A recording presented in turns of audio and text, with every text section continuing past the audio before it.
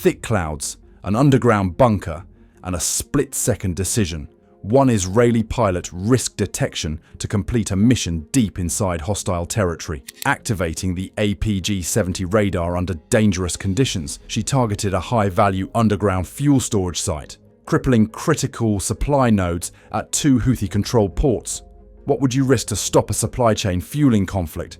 This operation reveals the stakes of modern precision warfare, where each decision can alter the course of a regional power struggle. To understand what led to this moment, and why the risks were so high, we need to examine the conflict that set these events in motion. Rising tensions in the Red Sea region have put the ports of Hodeidah and Salif at the center of a high-stakes confrontation between Israel and Iranian-backed Houthi forces. These ports, situated along Yemen's western coastline, are not just maritime gateways. They are critical nodes in a covert logistics network designed to funnel advanced Iranian weaponry directly into the hands of Houthi fighters.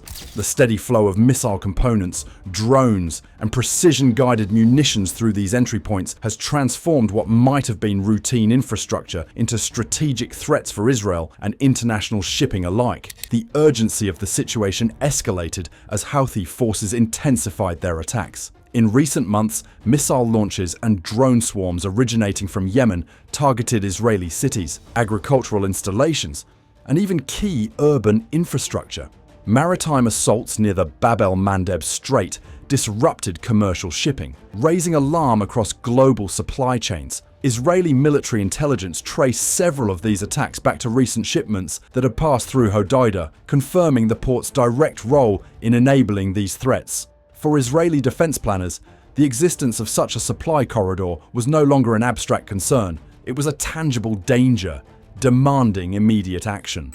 Within this volatile context, the Israeli Defense Forces authorized a preemptive strike. The mission's primary aim was to disrupt Iranian supply lines by targeting the infrastructure at Hodeidah and Salif that enabled the storage and distribution of advanced weaponry.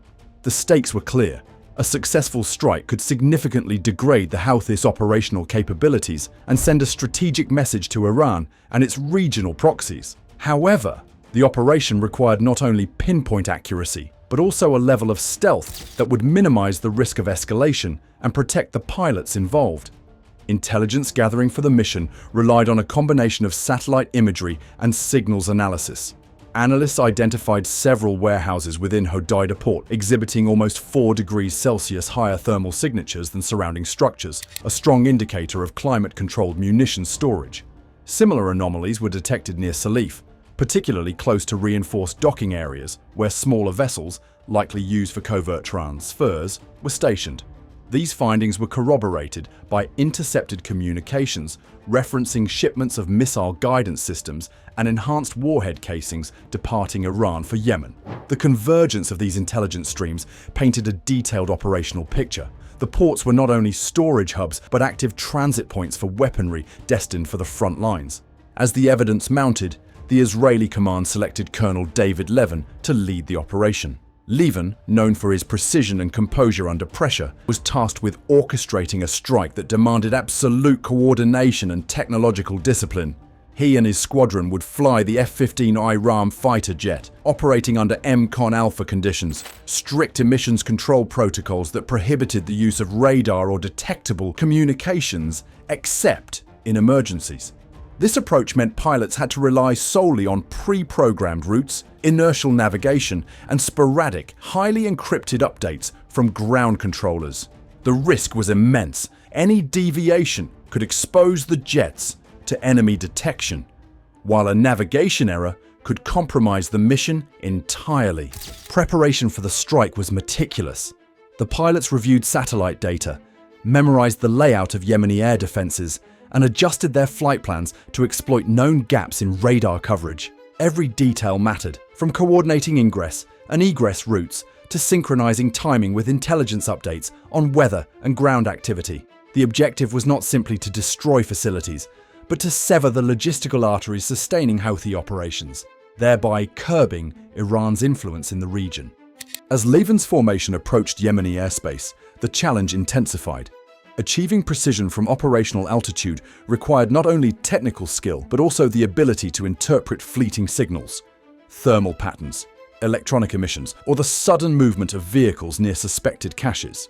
Each pilot balanced the need for stealth against the imperative to confirm targets, knowing that a single miscalculation could jeopardize both the mission and regional stability.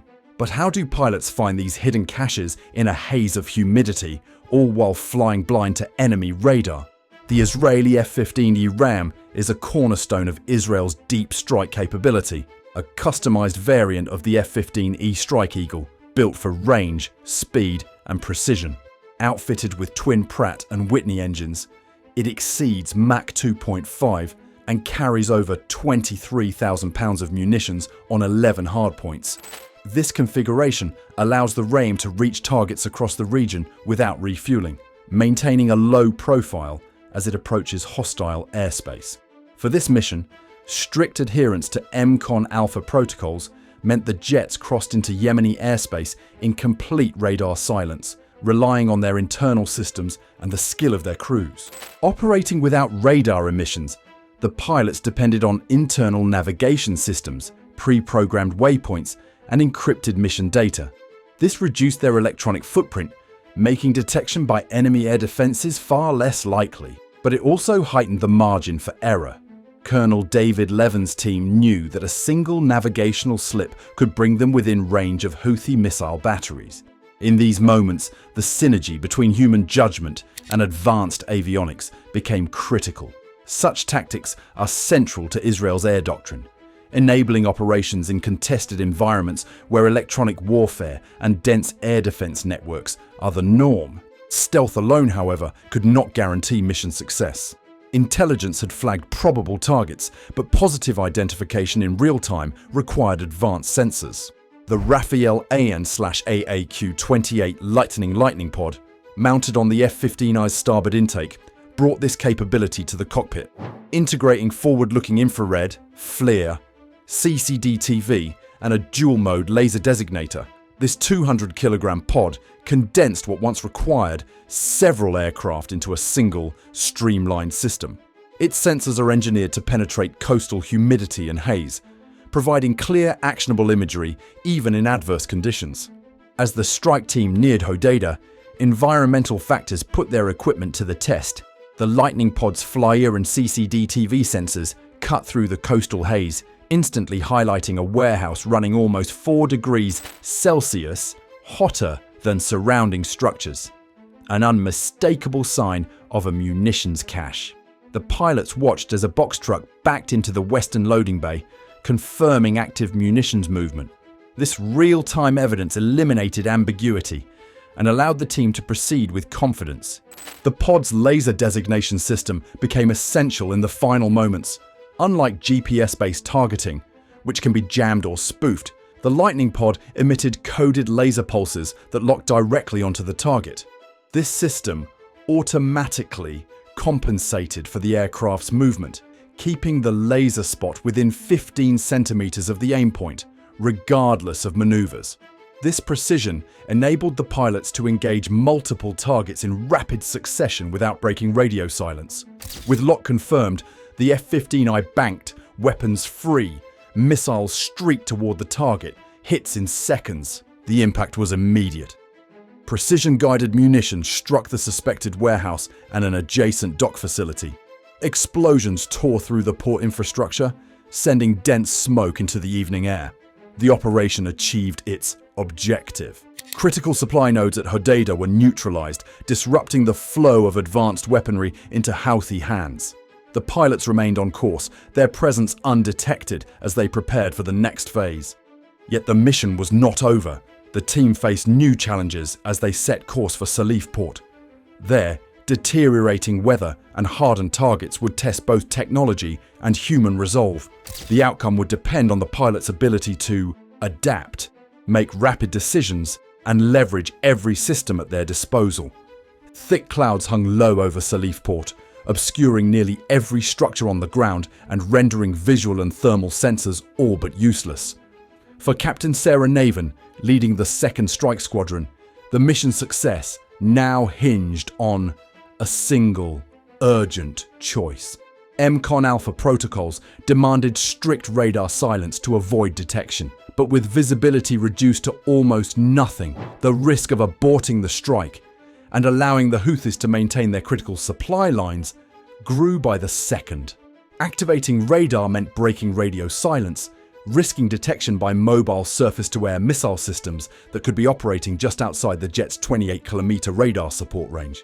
The stakes were clear: either maintain stealth and lose the target, or take a calculated risk for a high-value strike. Naven made her decision. She switched on the AN/APG-70 radar, selecting synthetic aperture mode.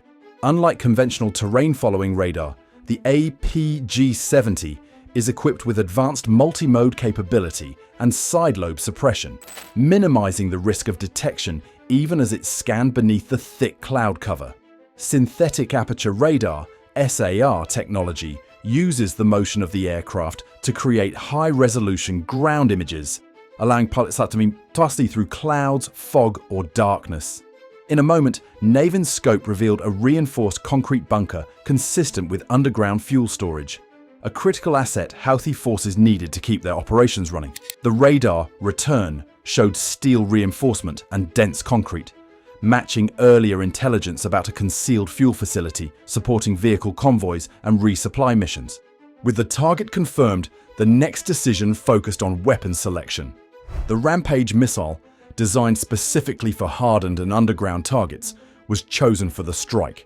The Rampage is based on the Israeli Extra artillery rocket, but adapted for air-to-surface roles, measuring 4.7 meters in length, weighing about 570 kilograms, and carrying a 150 kilogram penetration warhead. Its solid fuel motor and carbon fiber body provide supersonic speed and stability, while the warhead is engineered to breach nearly 2 meters of reinforced concrete before detonating. The missile's guidance system combines inertial navigation and GPS, ensuring precision even in degraded conditions. Naven released the Rampage from her F-15I. The missile accelerated into the clouds, its navigation system using data from the SAR scan to maintain a precise trajectory toward the bunker. As it closed in, the missile's design allowed it to compensate for wind shifts and turbulence, staying locked on the target coordinates. The Rampage's warhead struck the reinforced concrete, piercing deep into the underground chamber before detonating.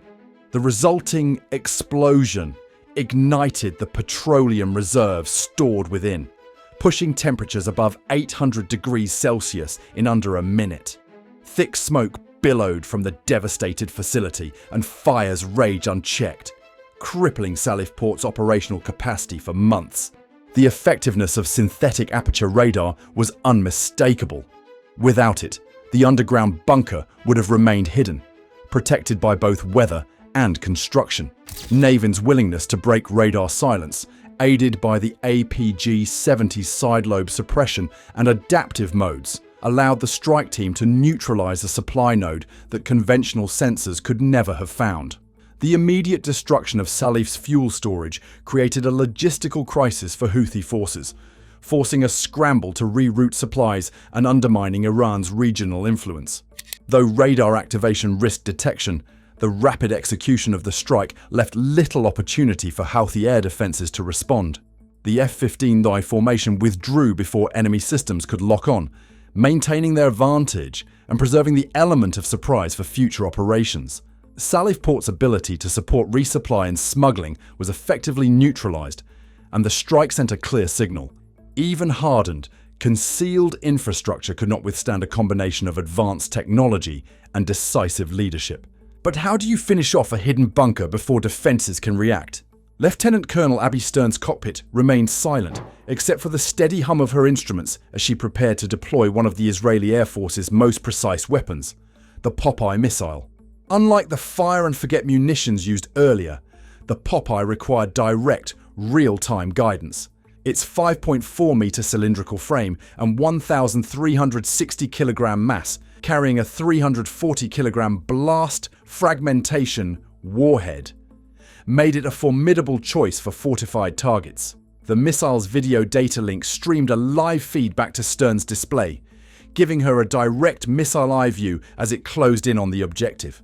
Stern guided the Popeye via the real-time video link, steering it to strike a transformer station's power hub, severing critical lines and shutting down port operations with surgical precision. The transformer station at Hodeidah port was not just another target. It was the central node for the port's electrical supply. Every crane, conveyor, and surveillance system relied on this single point of infrastructure. The live video feed enabled Stern to make constant adjustments, compensating for wind, turbulence, or last-second shifts in the target environment. Stern's thumb nudged the control stick as the missile veered into position. Precision that fire-and-forget systems can't match. She guided the warhead to the base of the transformer, ensuring the explosion would cripple the most vital connections. When the Popeye struck, the warhead's detonation sent a concentrated pressure wave through the transformer's core. High-voltage lines were instantly severed, transformers ruptured, and the port's cranes and loading systems ground to a halt. Security cameras and electronic monitoring equipment went dark.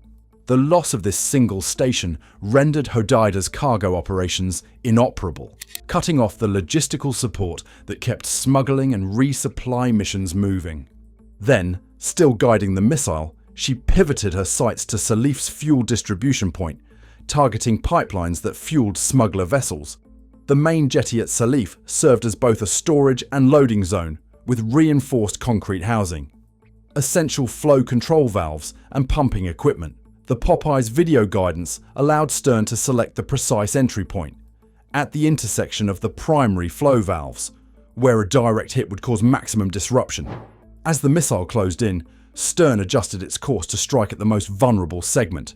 Upon impact, the warhead penetrated the reinforced structure and detonated, rupturing multiple pressurized fuel lines. The resulting explosion ignited a fire that spread rapidly along the jetty and into adjacent storage facilities. Approximately 80 gallons of fuel spilled each second, feeding an inferno that quickly overwhelmed the port's emergency systems. The fire's thermal signature was visible to satellites hundreds of kilometers away, providing instant confirmation of the strike's effectiveness.